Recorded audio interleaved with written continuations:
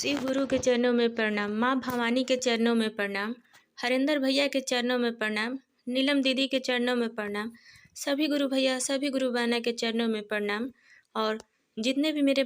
प्यारे भैया बंधु भजन को सुनेंगे उन सबको भी पैर छू के प्रणाम करतनी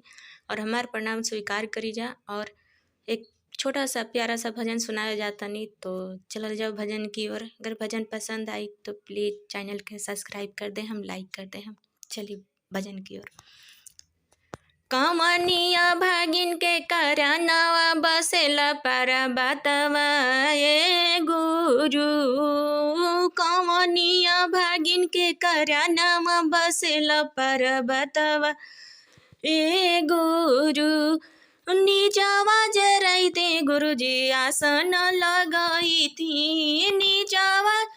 जरैते गुरुजी आसन लगाई थी, ऊपर चढ़त लगे डरवा बसेला पर्वतवा ए गुरु,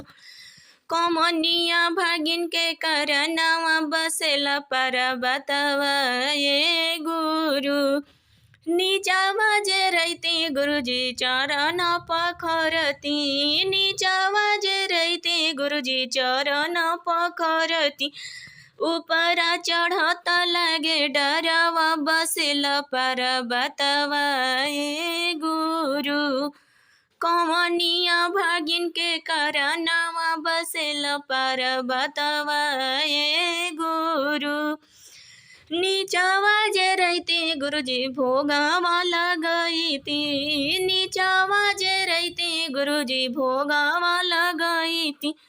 ऊपर चढ़त लगे डरवा बसेला पर्वतवा ए गुरु, कमनिया भागिन के करनवा बसेला पर्वतवा ए गुरु, नीचा वजरैते गुरुजी चर्चा करैती, नीचा वजरैते गुरुजी चर्चा करैती, चर्चा करैते गुरु भैया के बोलैती, ऊपर चढ़त लगे डरवा बसेला पर्वतवा ए गुरु, कमनिया भागिन के